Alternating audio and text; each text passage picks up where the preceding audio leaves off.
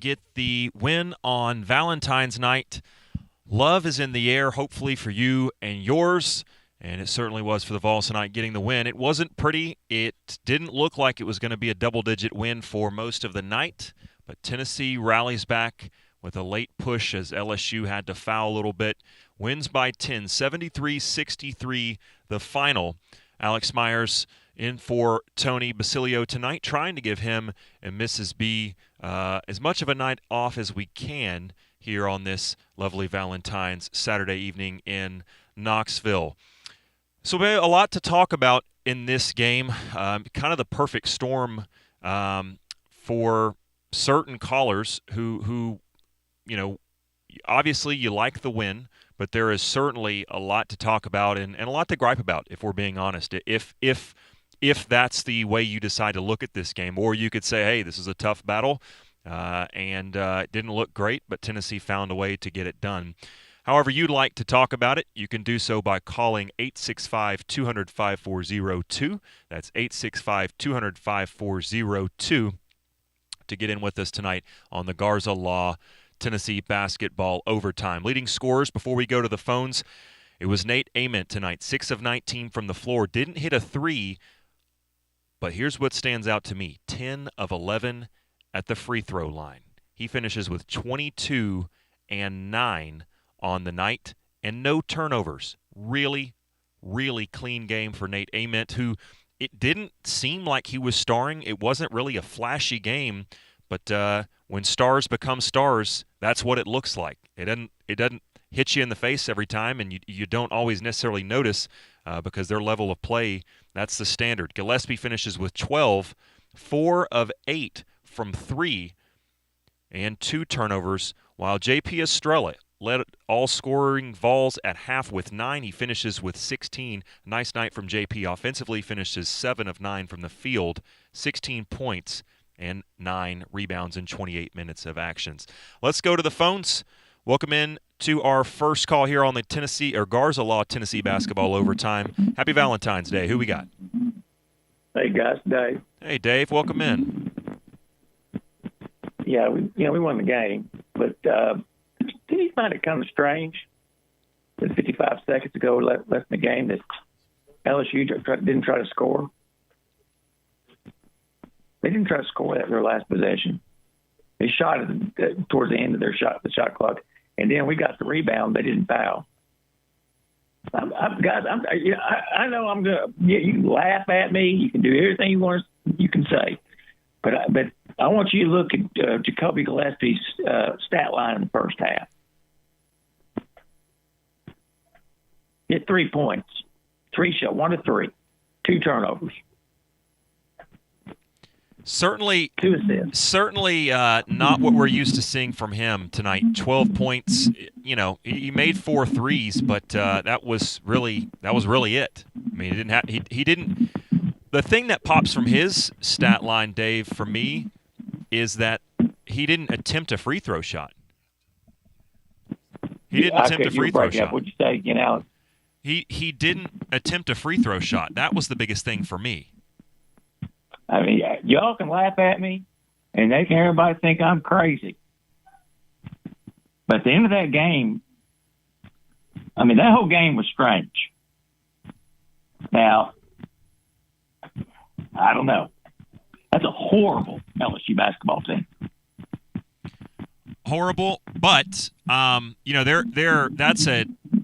is a tough watch night in, night out, and to me, as I bring Matt Dixon and Dave, we'll come back to you in just a second. But I want to hear what Matt says because to me that was an LSU team who, they don't emerge victorious. But to me, Matt, I think if I'm an LSU fan, obviously you're frustrated. But I kind of feel like, as a Tennessee fan, that LSU outplayed the Vols for most of the night. I mean, as shorthanded as they were, to be in that game, right down to the final couple minutes, I thought LSU had a nice game plan. I thought the zone was a nice wrinkle. Obviously, it worked a lot there. But to me, I just kind of thought it was just kind of a manpower issue for LSU. What do you think?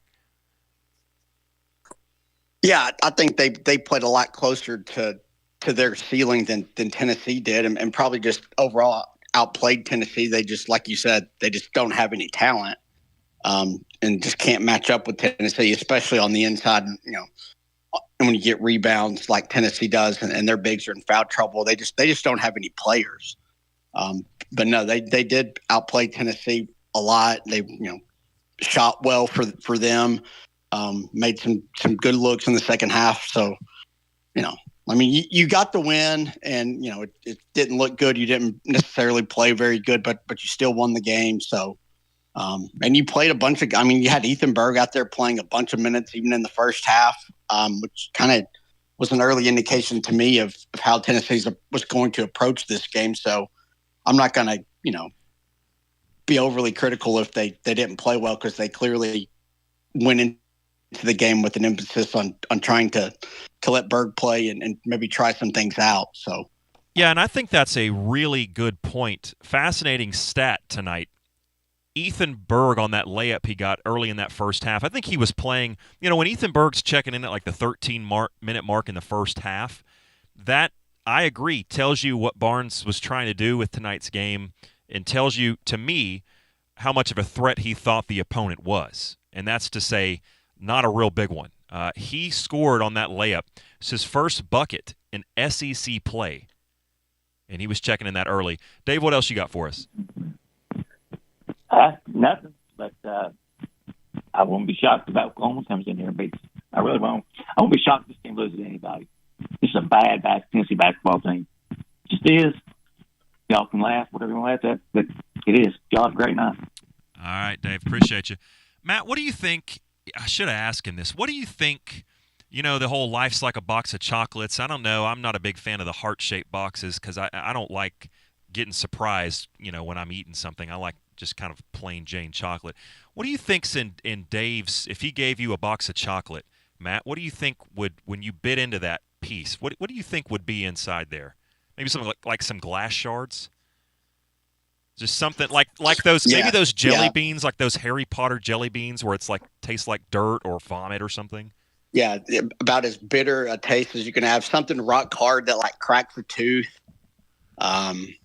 Yeah, just peanuts. With some of the shell still on them. I mean, just something awful that chips the tooth and leaves a very bitter aftertaste. We love you, Dave. Hey, that passion is undeniable, and so is the passion here. We bring you each and every basketball game at the conclusion of your Garza Law Tennessee basketball overtime. We couldn't do it without the folks at the Garza Law or the other fine folks that help us here. We're going to hear a quick message from them, and then it's right back to the phones. We got one line open if you'd like to join us. It's 865-200-5402. You guys don't play till tomorrow night. Well, Tennessee actually played tonight, Tony. Now let's hit the spot like we know what we're doing and act like this isn't the first time we're in here.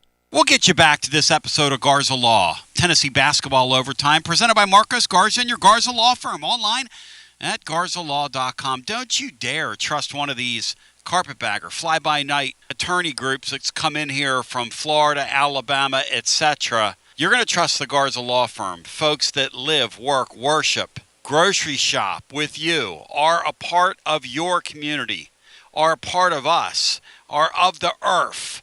Trustworthy, honest, legal representation, treating clients like family, available 24/7 at garzalaw.com. Don't you dare trust one of those carpetbaggers. Shout out to our friends at T3 Vodka. Score you a T33 every time with Tennessee's premium vodka. Make it a 2026 resolution, handcrafted with passion, precision, a whole lot of pride. T3 Vodka, taking the volunteer state by storm. T3 Vodka, handcrafted in the majesty of the foothills of the Great Smoky Mountains. 5-time gold medal winning vodka. 2025 SIPS Consumer Choice Award medal winner. And no doubt in the running in 2026 once again. Score a T33 and ask for T3 by name at your restaurants, your wine and liquor stores. Drink it neat, drink it right. T3 Vodka, hit T33 every single time. And please drink responsibly. Shout out to Waterside Contracting. Got a dream about building? Waterside Contracting's been making dreams come true for over a quarter century. And counting. Hundreds in our area. custom homes or remodels, Waterside Contracting. If you want to build on your lot, they'll do incredible work for you. Structural integrity, quality without compromise. It's a way of life with Waterside Contracting. Check out the website, watersidecontractingllc.com, or see the link over at tclub.team. Quality without compromise, Waterside Contracting. When it's time for a fresh coat, you're going to run. Don't walk to Walker's Painting. You going to run. But you're not going to hide, because they've been making it beautiful since 1999. That's going on 27 years of serving the living volunteers. Free estimates available. Mention you heard about it here on Garza Law Tennessee Basketball Overtime, and it's 10% off your first job. So let's go. Run, don't walk to Walker's Painting. 865-688-1410. That's 865-688-1410. Walker's Painting. See the ad in the blog over at tclub.team. And on the way out, I want to remind you, when it's time to play, it's time for VIP play. Why? Because everybody gets treated like a VIP over at VIP play. Claim your VIP play welcome bonus. You bet for $20, you get $100 in bonus bets instantly. The promo code and the phrase that pays is T and Tony. They're live always, 200-plus leagues. All the college hoops you can stand, NBA, NHL, you name it, they've got it. VIP play, live always with 200-plus leagues, numerous bet types, props, options, and if you have a bet in mind and it's compliant within the state of Tennessee, the VIP players, well, they'll make it for you. That's why everybody gets treated like a VIP at VIP play. Gambling problem, 800-889-9789, 21 and over, located in the state of Tennessee to place a bet, VIP play. Speaking of VIPs, we got some folks that want to talk. We'll get back to them. It is your Garza Law Tennessee Basketball Overtime as we come back, and we, ladies and gentlemen, bring it back, and let's hear what's on the phone lines. Take it away here at Garza Law Tennessee Basketball Overtime. Thank you very much, Tony B. Alex Myers and Matt Diskin, a.k.a. Matt Dixon, in the house for you tonight. And before we go back to the phone, just a quick note. Mike Keith pointed this out tonight on the radio broadcast, and I think we'd be remiss to not mention it. The 39th anniversary tonight of the Wiz going off for 51 for the Vols back in 1987. Let's go back to our phones. You're listening to the Garza Law Tennessee Basketball Overtime. Welcome in. That's you. Is this Alex? It is. Yeah, this is Miller. Hey, Miller. I have to agree with Dave on some stuff. This is really just not a very good team. They remind me a whole lot of the Tyler Smith team that went to the tournament, got put out in the first round by Oklahoma State. They're hard to watch, not real talented, and just, I guess just basically got to write this year off. That's the way it's going to be. Well, I don't think they're not talented. I just think it's an odd grouping because Gillespie's talented. Now, I don't think he does the smartest things on the basketball court as a point guard, but I think as a two, I think he would really shine. As is, he's a pretty good point guard, but he is careless with the ball. I think obviously Ament is an immense talent. He is doing phenomenal things right now, and it seems like he's growing by the minute. And then you've got some pieces down low, but the problem is with that lack of production consistently at the two, and with the fact that a couple of your bigs are limited from the standpoint of it's kind of matchup dependent. Like Carey can be dominant against some teams, but if you put length and athleticism, he kind of just can't play. So I just think it's a weird team that is completely, hot and cold, and it's frustrating to watch because you see them. This team is a few minutes of basketball of having three or four losses on the season, and they're also 3 or 4 minutes of basketball away from probably having 3 or 4 more losses. It just feels like you never quite know what you're going to get with this team. Well, you don't, and I mean, you reverse the two Kentucky games and the Kansas games. They had double-digit leads in the second half in all three of those games and got beat. And the Syracuse game, they just didn't show up. You know, you win those games, which you could have, would have, should have. You're 20-3 or something like that in the top 5, even though you're not that good. But they've had other games they could have lost, and they have a lot of players that can do one thing. And like Terry is good if you put him in there against somebody his size that can't jump, because he'll overpower him. But otherwise, he's not going to score. Estrella is talented, but you can't keep him on the floor. He's hurt all the time. So, and the two guard, they're just weak at two guard. Yeah. Boswell has played well, but he would be better as a sixth man. You know, they miss that guy that can shoot. And that being said, though, to me, the toughest game they have left is at Missouri. If they can win that, I think they could win out. That's winning at Vanderbilt, and of course, got Bama and Vandy and Knoxville. I think they could win all those games if they win at Missouri, even though I don't think they're that good. So that's just me.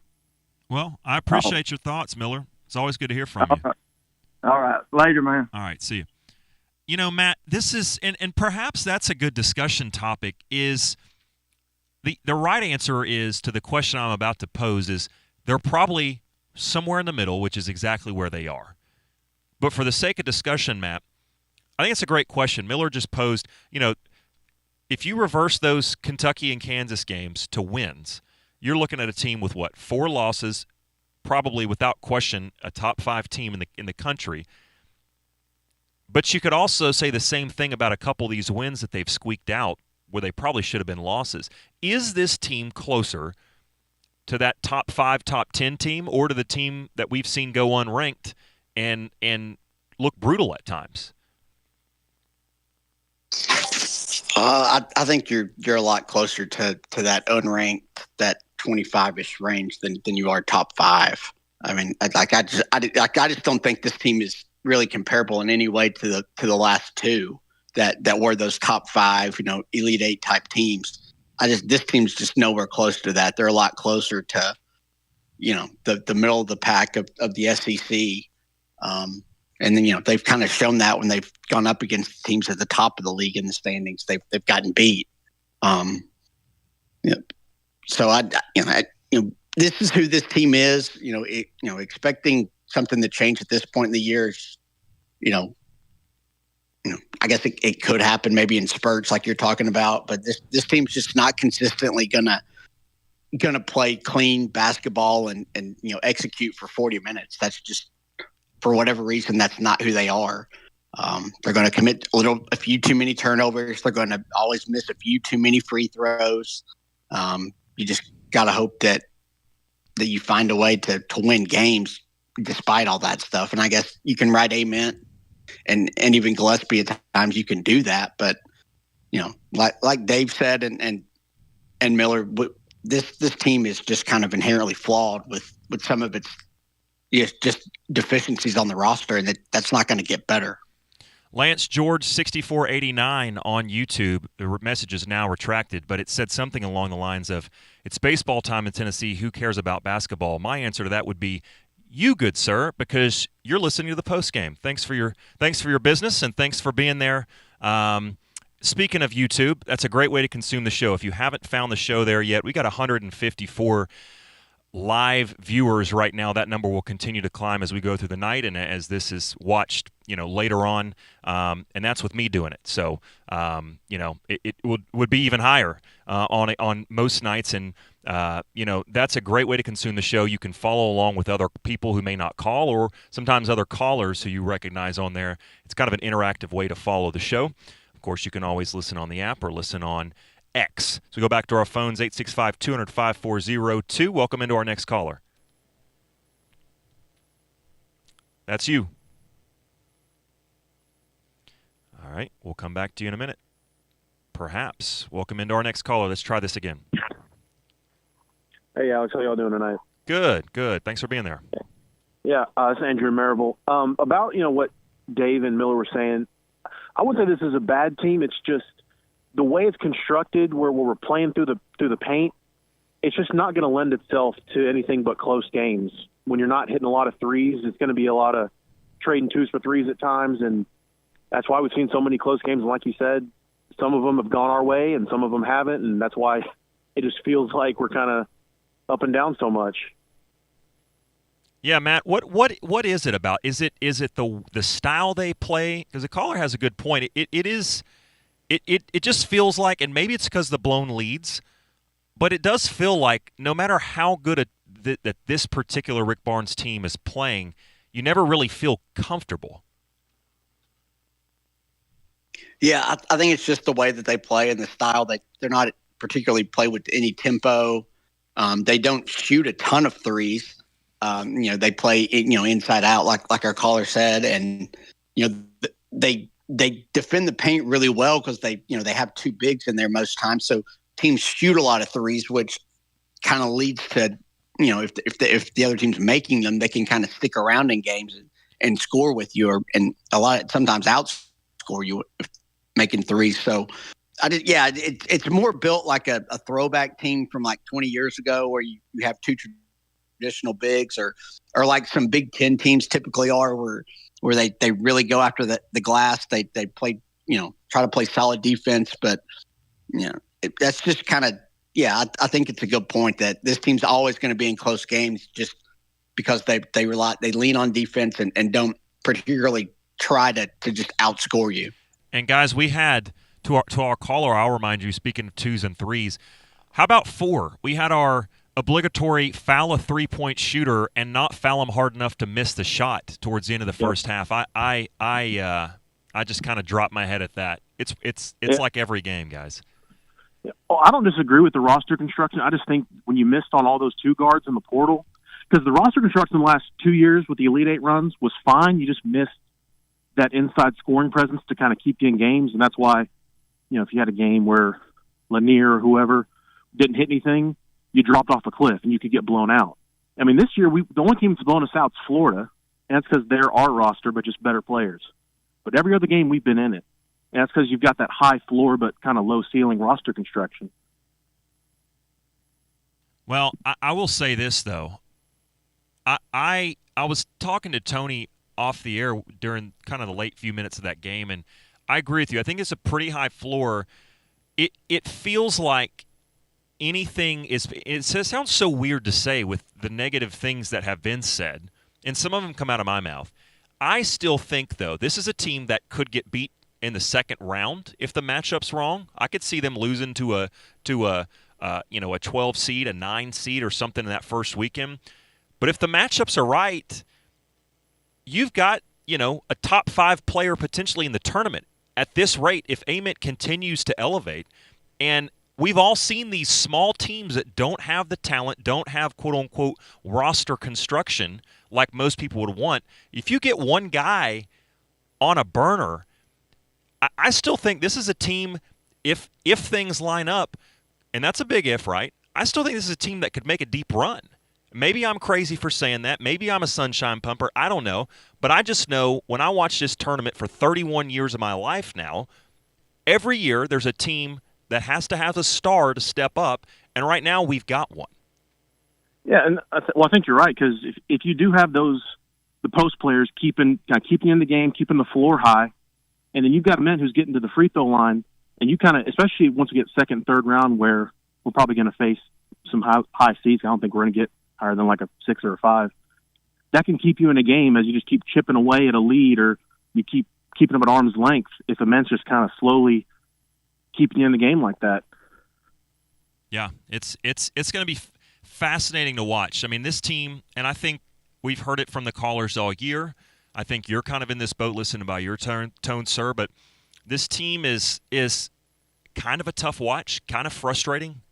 But still there's that hope inside of me that goes, but we've seen them up on Kentucky, we've seen them up on Kansas, we've seen them beat Houston. I just think, and this is so cheesy, and I can't stand when people say this because it's every year people say this, but it's so true with this team. I feel like this it's totally going to be matchup dependent for this squad in March. Totally dependent. And because of that, until we see that draw, you could tell me this team's going out in the first round or making the Elite Eight, and I believe it. And I don't think Matt's quite there on the top end, but I could believe either one of those scenarios if you told me the draw was right. Well, the funny thing is we're kind of built like some of the best teams in terms of having two bigs with, Michigan, Florida, Arizona, where these teams are just out physicaling everybody and it's keeping you in games. And I mean, it kind of wore on LSU tonight where that, they got us in that zone and kind of freaked us out a little bit. But then, JP starts, he had a monster night, all the offensive rebounds that kept us in it.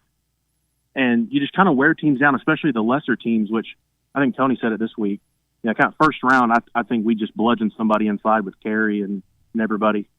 But I wanted to ask you, because I remember 2 years ago going into the Creighton game in the Sweet 16, Creighton always played, kind of drop coverage down low to filter everything towards Kalkbrenner. And we kind of said going in, this is the matchup where Dalton Connect's going to have to hit a bunch of mid-range shots, and this is what why we brought him here.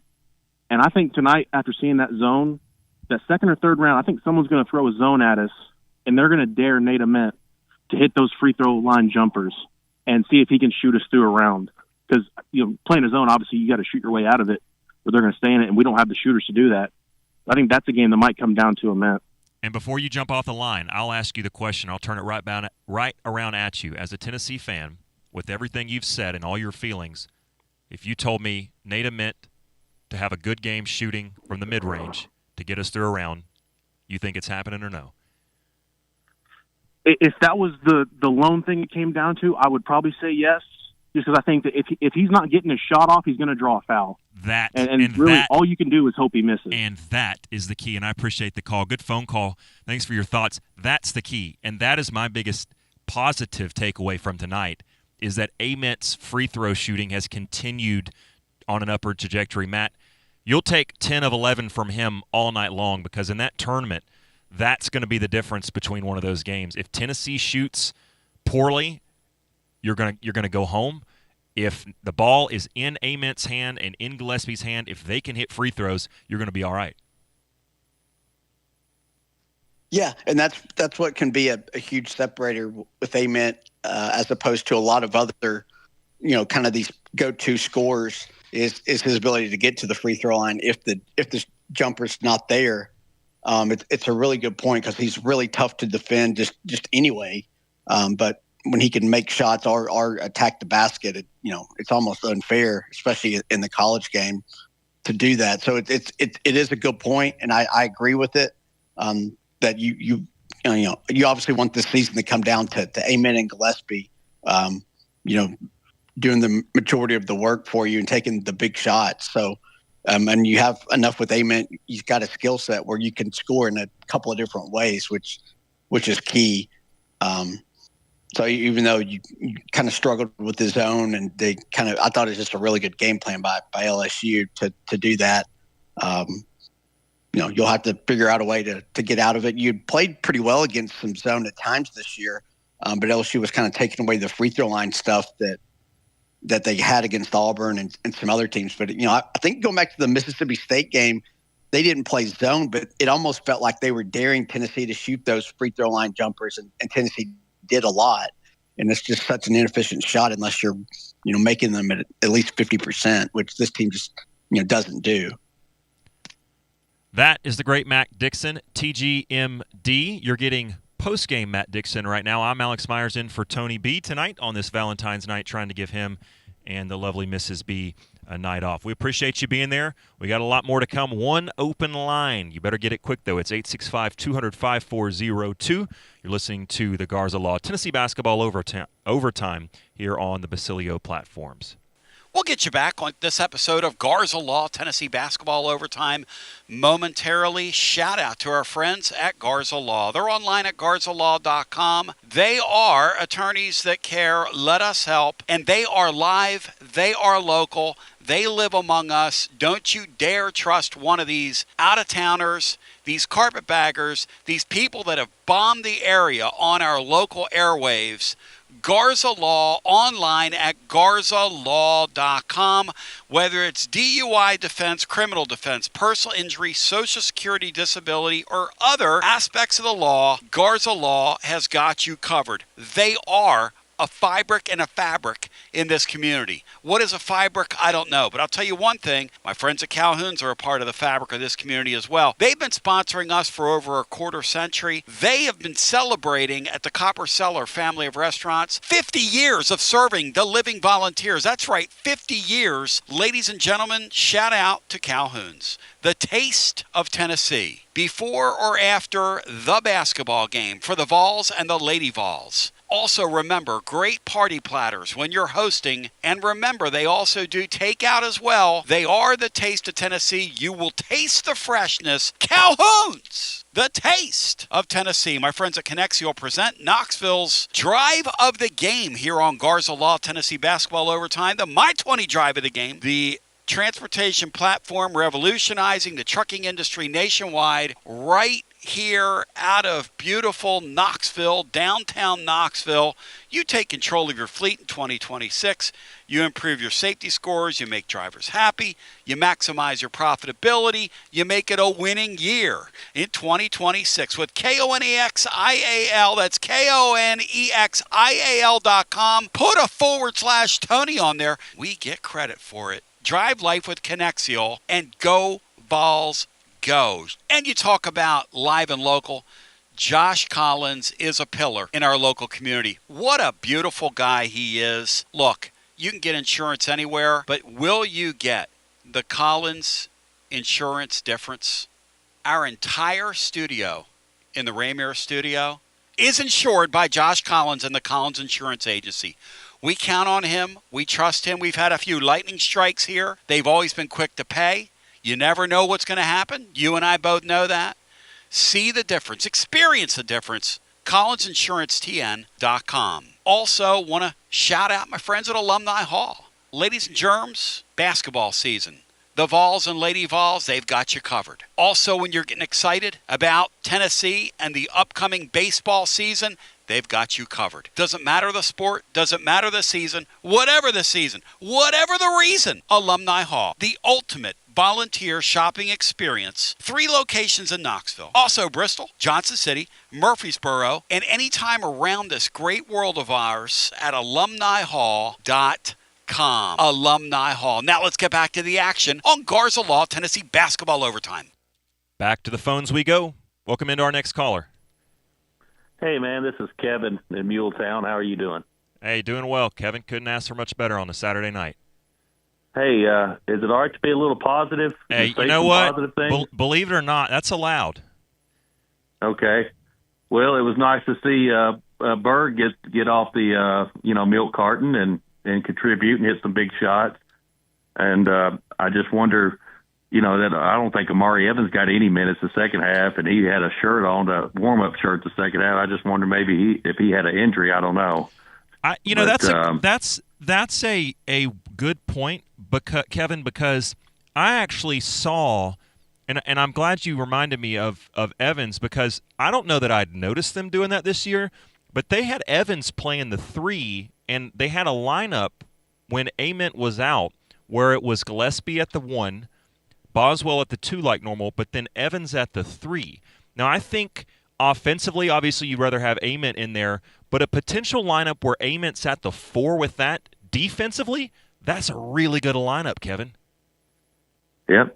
And I thought JP had one of his better games because we're going to need 15 or more from him down the stretch, and I thought he had a big game. So I'm sorry being a little positive. I hear people say we're not a good team. We're not a good team. Well, if we wasn't a good team, we'd have lost tonight. If we wasn't a good team, we would have lost at Mississippi State. We're not a great team, but it's not as bad as it is, and it's not as good as it is. So I think we're just, we're in the middle there.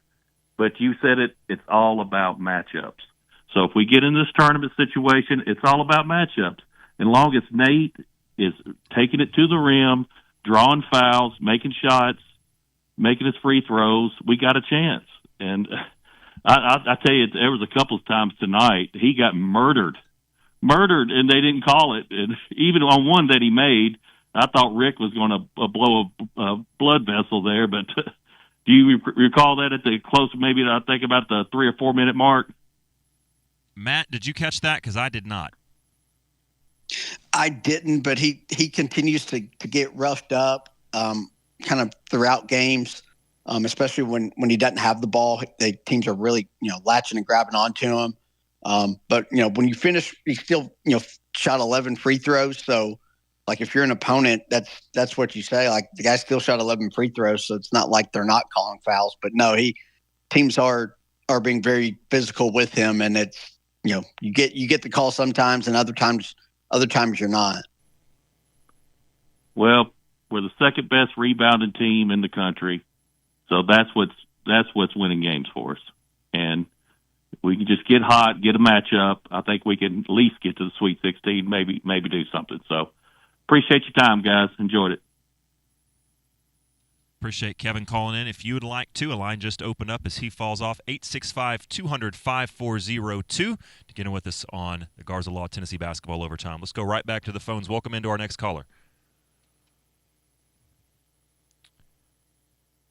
3, 2, that's twice I've gone to you. If you're going to spend the time to sit there on hold, unmute yourself. Let's try this again. Let's go to our next caller. That's you. Hey guys, how you doing tonight? I'm doing all right. Hope you are too. Yeah, I'm doing well, man. This has been. I got a couple of questions for you guys because I'm very confused about how we're middle of anything. Did we not beat Houston and Louisville already this year? Bama on the road. Played Kansas very close. Played Illinois. If you look at us in the computers, we're sitting at 15 in Torvik and I think 16 in Kempom, and that was before the win tonight. Am I wrong on that? No, you're right, but I think is that in the middle? Well, here this is a compliment to Rick Barnes, but where he has set the standard, the problem is you're not watching. Fans aren't watching, not you. Fans aren't watching this through computers and pure numbers. They're watching with their eyes. And even the most positive Vol fan that's as high as anybody on this team would have to admit, at times these guys are a brutal watch because they just do silly things. And that, to me, that doesn't mean they can't make a run, but it certainly dampens the spirits even on when you look at positive things, because sometimes they just make you think just as soon as you're ready to hop on the bandwagon, they'll blow a lead that they shouldn't, or they'll go on one of these, even at the end of this game, or at the end of the first half of this game, when they let LSU go 5 for 5 and they had like a 330 scoring drought and capped it off by fouling a three-point shooter. I think that's where people get this from, is because it feels like as a fan you've got a yo-yo effect and you're getting whiplash from this team. I just think from the standard that Rick Barnes has set, where we've been top 20 for 90 straight weeks or something before we fell off a couple weeks ago, I think this team is just not as consistent as the teams that fans have gotten kind of spoiled but used to watching over the last couple of years. Oh, I don't disagree with anything you're saying. I disagree with the assertion we're in the middle. We're 8-4 in the SEC with 6 games left, and every single one is winnable. I think we probably go 5-1 with a loss at Vanderbilt, putting us at 13-5 in the league, which probably gets us a first-round bye in the SEC tournament. Don't you think 13-5 is a first-round bye?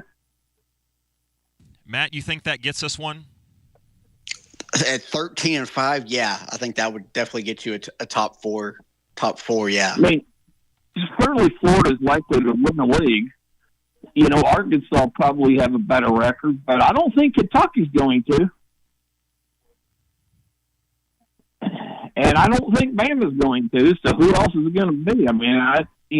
I say we'll get a first-round bye. Now, I do agree with you, Alex, on the matchups in the tournament, but one thing about the tournament is everybody's at a neutral site.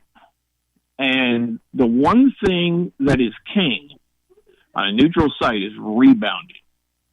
And we can rebound with anybody in basketball. Y'all agree or disagree? Oh, there's no question. We can rebound with anybody in the country. In fact, I think offensive rebounding margin after tonight, because we were like plus 20. Didn't we have like 43 offensive rebounds? I mean, that's an insane number. I will tell you in about 5 seconds. Tonight, total offensive rebounds, it was 16. Oh, 60. So it was 40. 40 was total. 16 offensive rebounds. Okay. Yeah.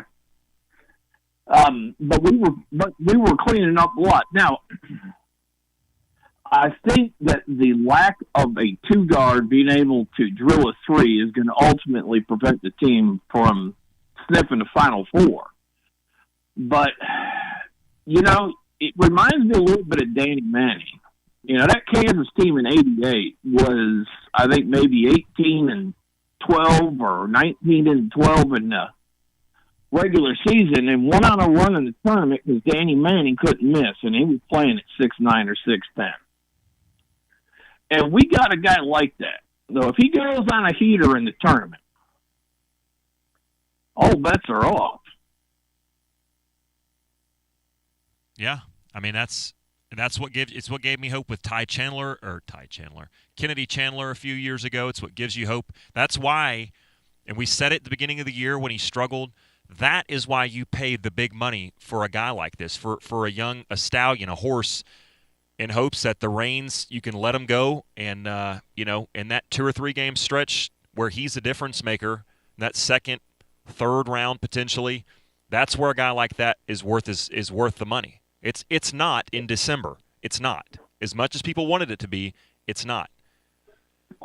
No, but he has decided to be the alpha on the team. And, you know, they also say 6'10". He seems to have grown a little bit. Looks to me like he's more like 6'11", 6'10 and a half. You're just not going to be able to block the guy's shot in the mid-range in a tournament. No, you can't block it in the SEC. And I would say tonight, the previous caller was 100% accurate when he said Nate Ament was getting absolutely fouled on drives 3 or 4 different times, and there was no whistle. You know, if he gets that whistle, that game is, you know, the line in that game was 14.5. If he gets that whistle, we win by 15. Does that change everybody's perception? No. But it shows you a little bit how strong it become arms, right? For callers to tell us this is a horrible basketball team, they must not have been here when Wade Houston was coaching. You want to talk about horrible basketball? I've seen horrible basketball in Tennessee. We had a lot of horrible basketball. I've got nothing in the to say 90s with and you. the early 2000s. That was a whole lot of horrible basketball. Well, I appreciate the call. Thanks for bringing the positivity, and you have a great weekend, okay? You too, bud. And that's what's great. You got differing opinions. I got a question to pose. Matt, I want your thoughts on this as well.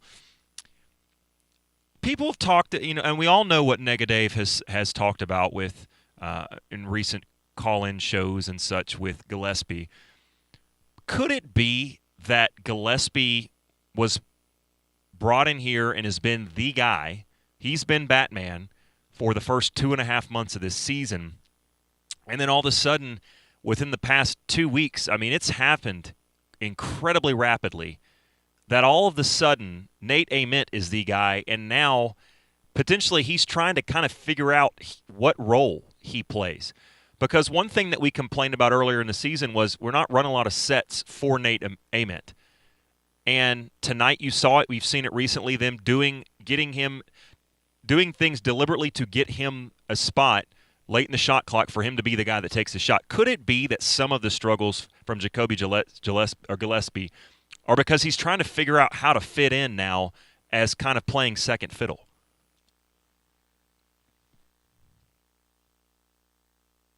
Yeah, I mean, I think maybe some of it, but, you know, I'm not really sure he's struggling a whole lot, to be honest. You know, he's, you know, until, you know, the last couple of games, he had really cut down on turnovers, had a little bit of a problem tonight, but I mean, he's still going to give you, you know, that 12 to, you know, 18 points or whatever, just about every night. And when he's making a couple of threes, but no, I do think that he had to kind of carry you early in the year, and get into the 20s for you to be good, because like you said, Ament was a little slow out of the gate, but I still think Gillespie's playing fine. He still has a little bit too much. This team needs him to be a little bit better and do a little bit more than he probably can do most nights. But I do think that he's more comfortable in this role now that he has a little bit of help, and he probably doesn't feel the weight of having to carry the entire offense like he did earlier in the year. What do you think about that lineup? And then we'll go back to the phones. But what do you think about that lineup that we saw briefly in the first half, where Evans played some three with Boswell in there at the same time? Now, offensively, that may be a little bit rough to play for long stretches, but defensively, if you slide Estrella to the 5, he was at the 4 during that lineup, and you put Ament in there. You think that's a lineup that, if Tennessee really wanted to lock someone down in the tournament for a small stretch, you think we could see that again? Because I'm not used to seeing that, but I liked it. I wish we had kind of tinkered and played with that a little bit more throughout the year, because I think for these teams that can spread the floor and shoot threes well, that just space the floor, you need that extra guy out there like Evans, who can kind of play that 3 role. And I think you do need that for certain games and for certain matchups against teams that maybe play small ball. You absolutely could play that. You're obviously, you said the offense isn't going to be there with either of those guys, but you could be pretty dang good defensively, at least on the perimeter, which is where this team struggled a little bit, just staying in front of people this year. LSU only turned the ball over 9 times. I'm looking at it. Tennessee turned it over 9. But to the last caller's point, the rebounding difference, it's easily the difference in the ballgame.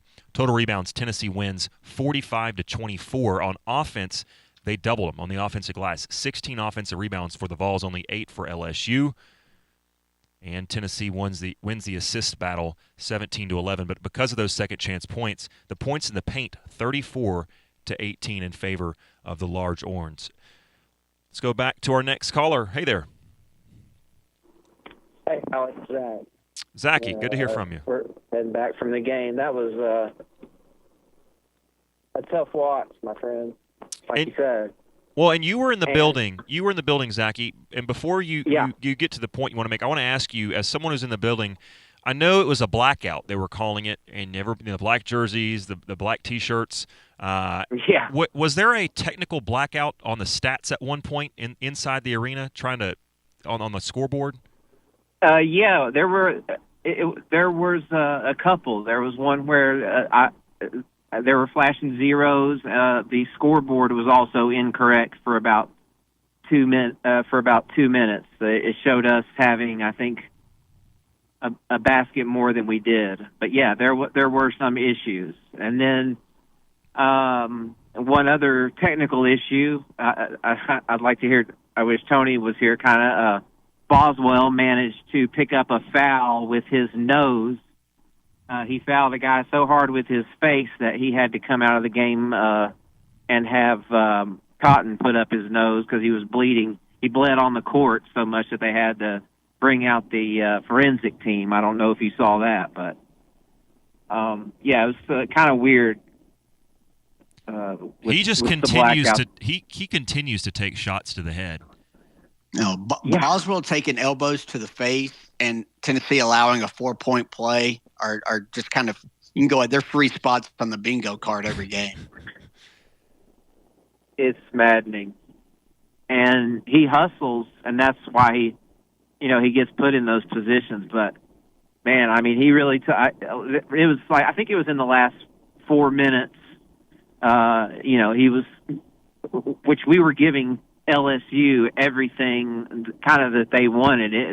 If they wanted to cut to the basket or get it to their big man, he was kind of getting anything he wanted in the last 8 or 9 minutes. And it seems like we had trouble when they went to the zone, which makes me kind of nervous. It's just another example of this team kind of not being able to adjust, or even having the coaching staff draw ups and stuff, because you got to get, when they go into that kind of zone, you know, the ideal would be to bring Nate to the middle and then maybe, I don't know, do some back cutting, but we just didn't seem like we had any answer. Did you pick up on that? Or I mean, yeah, when they went to the zone, it was definitely effective. Now, part of the problem with why a lot of basketball coaches don't like playing zone, I think, for one, I'll just say this as a guy who's been around a lot of good basketball coaches and some bad ones. I think there's kind of an unwritten rule where people, it's almost like you're taking your manhood away if you don't play man. Like it's highly discouraged, and it's kind of like you're looked down upon if you play a zone. I don't see a problem with it. It's part of the game, and if it's smart basketball, it's smart basketball. If the team you're playing can't shoot, make them shoot. But one of the legitimate gripes about playing it is it's harder to rebound because you don't have, if you're guarding number 30, well, you box out number 30 and get the rebound. Well, if you're playing a zone, number 30 could be in front of you. You could have two guys in front of you, or you could have no one in front of you. So it's harder to rebound and prevent offensive rebounds. And you saw that tonight. Tennessee was very effective, as they usually are, and that's one of the down parts. But I would zone Tennessee more if I was an opponent. I would too. I was thinking that exact same thing. If I was Vanderbilt, I would throw that wrinkle in, and accordingly, Barnes needs to, and the staff, they need to work on that, because they're going to see that again. But it was a great effort by Estrella tonight. He really pretty much saved our bacon. Nate, it just takes him sometimes a while to get cooking, and then when he does, he like you said, you guys have said, he's a foul magnet, and luckily he's regained his free throw stroke. So I don't know. This win makes me just kind of uneasy. I'm happy, and I'm glad that they fought back. That would have been a disastrous loss. So, anyways, I appreciate you guys for doing the show. Real quick. Yeah. No, I appreciate you calling as always and being a loyal listener. But one question I wanted from someone who was in there on TV. On TV, it seemed and kind of sounded and looked like the crowd it's a pretty good crowd, but it looked like it was kind of a dead crowd. Like, it didn't seem like they were really into it. And people love to drag some of these negative callers, and I get it, and some of them are habitually negative. But I don't think that – I think this is kind of a microcosm of the fan base. I don't think this is just a sports radio thing. I think even at the game, it seems like sometimes the fan base doesn't know exactly what to make of this game. And all year, to me, TBA kind of hasn't seemed as lively. Am I seeing things on TV, or was it feel like that? Is that correct? No, it was exactly like that. There was no atmosphere because, we were expected to win, even when we went up 12 in the first half, it was kind of like, well, this is what we need to be doing. It was, kind of workmanlike, so there wasn't a whole lot of excitement. It was only when we got down and responded did the crowd kind of rally. A lot of it is that fake, all the hype. But Tennessee getting down and responding got the crowd into it, because it was this blackout thing.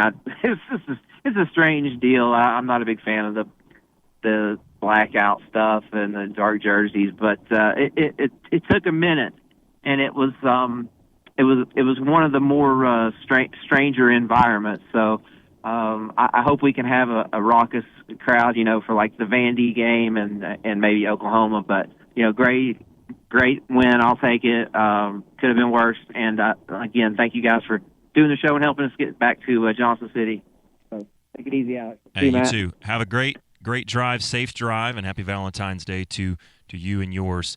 Let's go get our last break in here, which means it's not far from us closing this thing down. So. With that being said, there are two open lines. We got a caller waiting. We'll get to them next. But there are two open lines. If you would like to jump in with us here on the Garza Law Tennessee Basketball Overtime, do it now. The number is 865-200-5402. It's the last call for calls. Get you back to Garza Law, Tennessee Basketball Overtime momentarily. Fast-flowing show today, as they all are, and life flows quickly at you. Look, you're going to need an attorney you can count on. That's why Marcos Garza and the Garza Law Firm here for you. They are live and local. They are one of us. They are of this earth. They are not from Alabama. They are not from Florida. They are not from Atlanta. They are not one of these fly-by-nighters that have bombarded the area with all kinds of crazy marketing and crazy promises. They are us, ladies and gentlemen, your Garza Law firm, online at garzalaw.com. Whether it's DUI, criminal defense, personal injury, Social Security, or disability, they got you covered at Garza Law, online at garzalaw.com. You talk about one of us, you bow thy head. That's the great Allen at WeShipFloors.com. Whether you're a contractor or a homeowner, WeShipFloors.com, their pricing is utterly insane. You will literally save thousands. Supercore floor, it is the real deal. Whatever you do, go to WeShipFloors.com. Check out the room visualizer on the website. You can drop in any of the 120 Supercore floors virtually into your room and order a free sample today. It is that simple. You order a free sample, it makes us look great, but you're also gonna, when you see the product and you go on YouTube and you check out WeShipFloors.com, that's WeShipFloors.com, right out of Johnson City. Millions and millions and the millions of square feet in stock. WeShipFloors.com. Save thousands on millions. WeShipFloors.com. And while we're on the subject, I want to say, raise a glass. It is time, ladies and gentlemen, for our friends at Dos Equis. You are going to go for Dos. Say it, know it, and write it down. Dos Equis Lager Especial. When it's time to celebrate, when it's time to nestle in and watch the Vols all winter long. Dos Equis Lager Especial, that golden Pilsner-style beer made from the choice of hops. A balanced composition, a smooth, clean finish. The party guest always invited, never overstays his welcome. Dos Equis Lager Especial. You can dress it up, rub that bottleneck, that can, that glass, that rim. Put a little lime on it. Dip it a little salt. And lick and drink and repeat, and you'll come back again and again. Dos Equis 2026 Cervezas Mexicanas, White Plains, New York. Yo soy Antonio. Go for Dos Equis. Also, how do we perform at our best? It's called Performance Medicine. I want to encourage you to check out Performance Medicine's YouTube channel. You'll be very glad that you did. They are absolutely incredible at Performance Medicine. Dr. Rogers and his gang want you healthy. They don't want to treat you when you're sick. They want you to stay healthy. Take control of your wellness. Personalized health solutions that fit your life. The approach of Performance Medicine puts you first, focusing on comprehensive, proactive solutions, empowering you to achieve optimal health on your terms. Ladies and gentlemen, boys and girls, children of all ages, you feeling drained? You struggling with your weight goals? You feeling foggy mentally? You dreaming of radiant skin? You name it, they've got it. Performance Medicine. Online at performancemedicine.net, and check out their YouTube channel. They are incredible people, helping hundreds and hundreds in this audience. And now, without further ado, let's get back to another edition of Garza Law Tennessee Basketball Overtime. Thank you, Tony. Alex Myers, Matt Dixon have you tonight as we enter the last segment. Now, how long will it last? You'll decide that. 865-200-5402 if you would like to get in and have a word before we depart. Before we go back to the phones, I want to ask Matt something. We've got some discussion in the YouTube chat, and some callers have kind of brought some of this up, but I'd like to know after tonight's game, now obviously there's a lot of basketball to play. Tennessee, I think certainly there's not a ton of opportunities to go up, but there are certainly a lot of games you could lose and you could fall as far as rankings and seeding goes. Matt, where do we stand right now on some of the bigger names, maybe the Torvik, maybe Ken Palm? Where are the latest projections after tonight's game for the Vols? Yeah, on Torvik actually has Tennessee as the last 4 seed right now, which is, that's really good. One of those protected seeds. And would, make you out, more than likely a favorite the both opening games.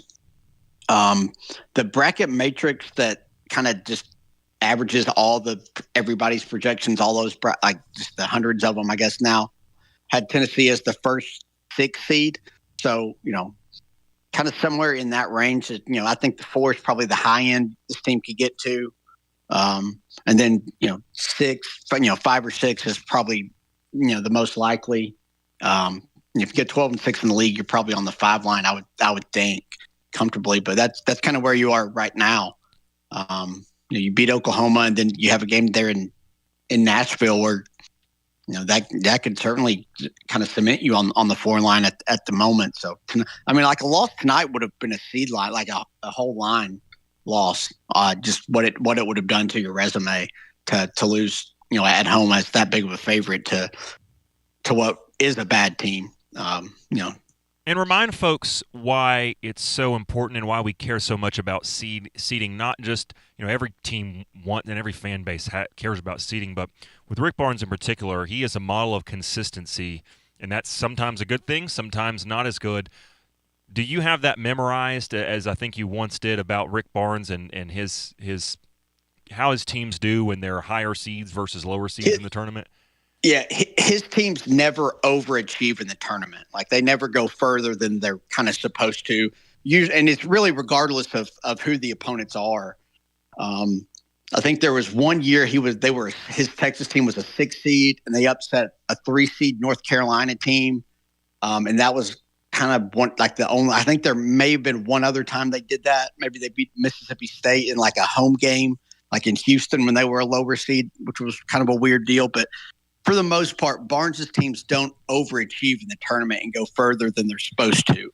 So that's why, getting a higher, getting the better seed, it's obviously important and it matters. But for whatever reason, it really matters to Barnes's teams because they just don't pull, any quote unquote upsets in the tournament. Let's get our next call in here on the Garza Law Tennessee Basketball Overtime. What's up, fellas? Hey. Alex, Dixie, how's everybody doing? Doing well. Good to hear your voice. Thanks, man. Hey, so have you ever seen the movie Good Morning Vietnam with the great Robin Williams? I've just seen the part where he yells "Good Morning Vietnam." No way. You haven't seen the whole movie? I know Not seen Dixie's it. had to have seen it. He has this line where he's talking to this extremely dickish jerk of a master sergeant who is just the most miserable human being on earth. And there's a colonel in the room with him, and this colonel's super cool dude, laid back, easygoing, gets stuff done. But Robin Williams, who's being treated like crap by this master sergeant, just says, "You're in more dire need of something than any white man in history." And by something, it would be something that a man gets from a loving wife or a loving partner that would really stress. Dave needs that more than that sergeant did. Matt, it's Valentine's Day on the Basilio platforms. Happy Valentine's Day. Get a little love. Thank you. Matt? At least you tied it into Valentine's Day there, Alex. That in a perfect world, I would have asked you, do we end the show? You would have said, we got to take one more call, and that would have ended the show. But now we've got one more call on the line. We'll empty the banks. Matt, I'll give you the opportunity to say the line. Should we end it or should we take this? No, got to take one more call. Got to. Hello and welcome into our final call. Fellas, it is going to be tough to top that last call there. This is Blake over here in Nashville. Caught kind of the end of the show here. Just kind of curious update. What is Carrie's health status? And then kind of my second piece is with the schedule lightening up here to end the year, do you see us maybe playing Gillespie a little bit more? It just seems like, one, we may not have a option this year, but two, Barnes tends to wear his rotation down by the end of the regular season. Do you see us maybe lightening his load to maybe free up some bandwidth so he doesn't have some of the brain farts that he's been having at the end of the game. And then before I hang up and listen, just want to say shout out to Volunteer Visions Photography for giving me the greatest headshots of my life. My LinkedIn engagement is up tenfold. So, fellas, y'all take care. Go Vols. Got a good feeling about the NCAA tournament for whatever reason, despite this team being really frustrating. I appreciate the call. Matt, I mean, I would like to say, and every year I like to think, oh, we're going to get, for the longest time it was Ziegler. We're going to get so-and-so a couple minutes here. I don't know that this team has that luxury, not only because you don't really have a backup for that 2-guard or the 1-guard that's consistent, but I also think the way this team plays, I mean, what are you going to say? Yeah, well, you can rest them when you get up by 15 or 17. No, we've seen that. I mean, I don't know that you can afford to not play these guys. Do you think there's opportunities for some rest? No, I mean, not really.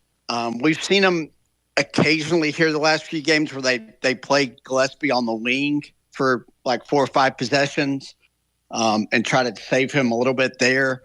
They've given him a few more kind of breaks, either going into or out of media timeouts to kind of spell him. But I mean, him and Amen are gonna have to be on the floor for probably 37, 38 minutes in tournament games. That's just maybe all 40. I mean, that's just what you have to do.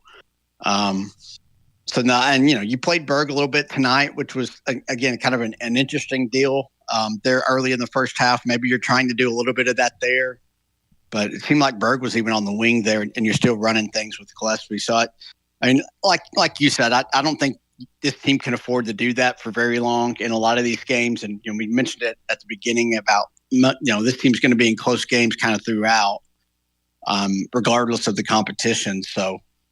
Maybe you can steal some minutes here and there, but for the most part, 35 minutes plus is what your 2 go-to guys are going to have to play for you.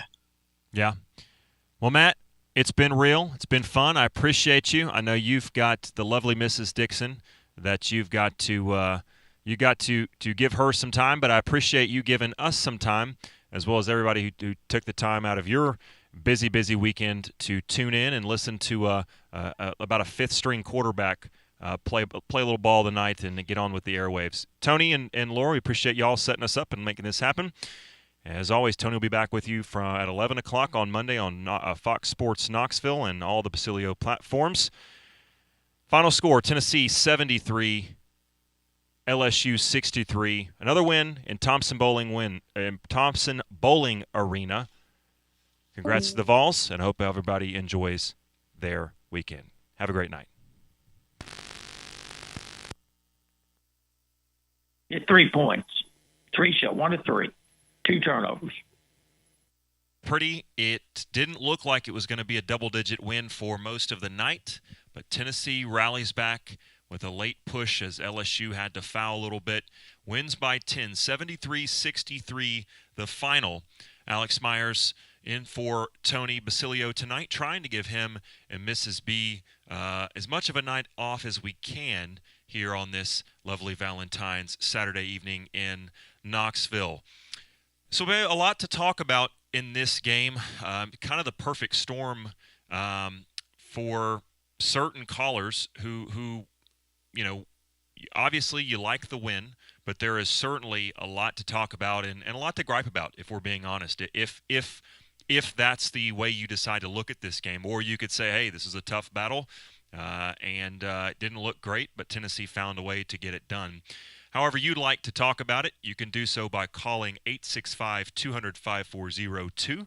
That's 865-200-5402 to get in with us tonight on the Garza Law Tennessee basketball overtime. Leading scorers before we go to the phones, it was Nate Ament tonight, 6 of 19 from the floor. Didn't hit a 3, but here's what stands out to me. 10 of 11 at the free throw line. He finishes with 22 and 9 on the night and no turnovers. Really, really clean game for Nate Ament, who it didn't seem like he was starring. It wasn't really a flashy game, but when stars become stars, that's what it looks like. It doesn't hit you in the face every time, and you don't always necessarily notice because their level of play, that's the standard. Gillespie finishes with 12, 4 of 8 from 3, and 2 turnovers, while J.P. Estrella led all scoring Vols at half with 9. He finishes with 16. Nice night from J.P. Offensively finishes 7 of 9 from the field,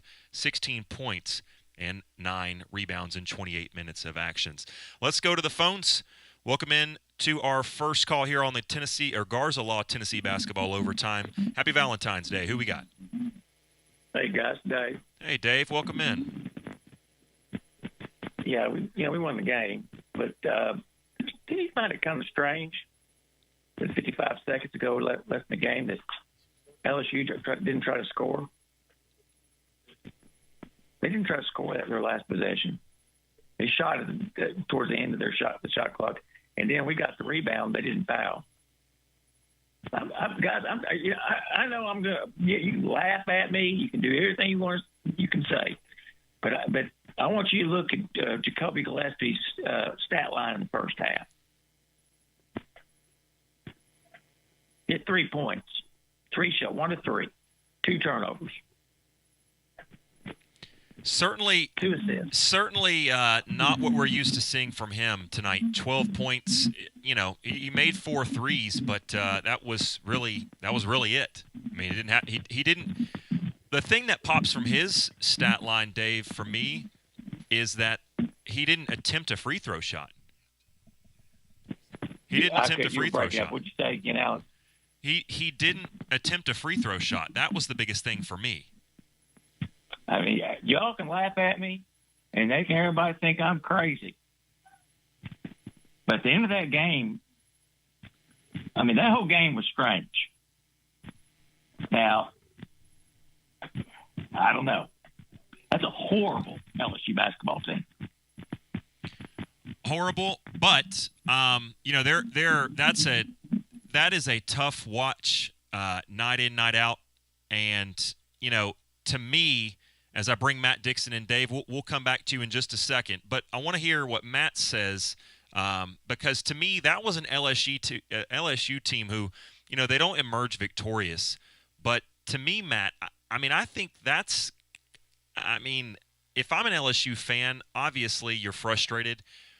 But I kind of feel like, as a Tennessee fan, that LSU outplayed the Vols for most of the night. I mean, as shorthanded as they were, to be in that game, right down to the final couple minutes, I thought LSU had a nice game plan. I thought the zone was a nice wrinkle. Obviously, it worked a lot there. But to me, I just kind of thought it was just kind of a manpower issue for LSU. What do you think? Yeah, I think they played a lot closer to their ceiling than Tennessee did, and probably just overall outplayed Tennessee. They just, like you said, they just don't have any talent. And just can't match up with Tennessee, especially on the inside. And when you get rebounds like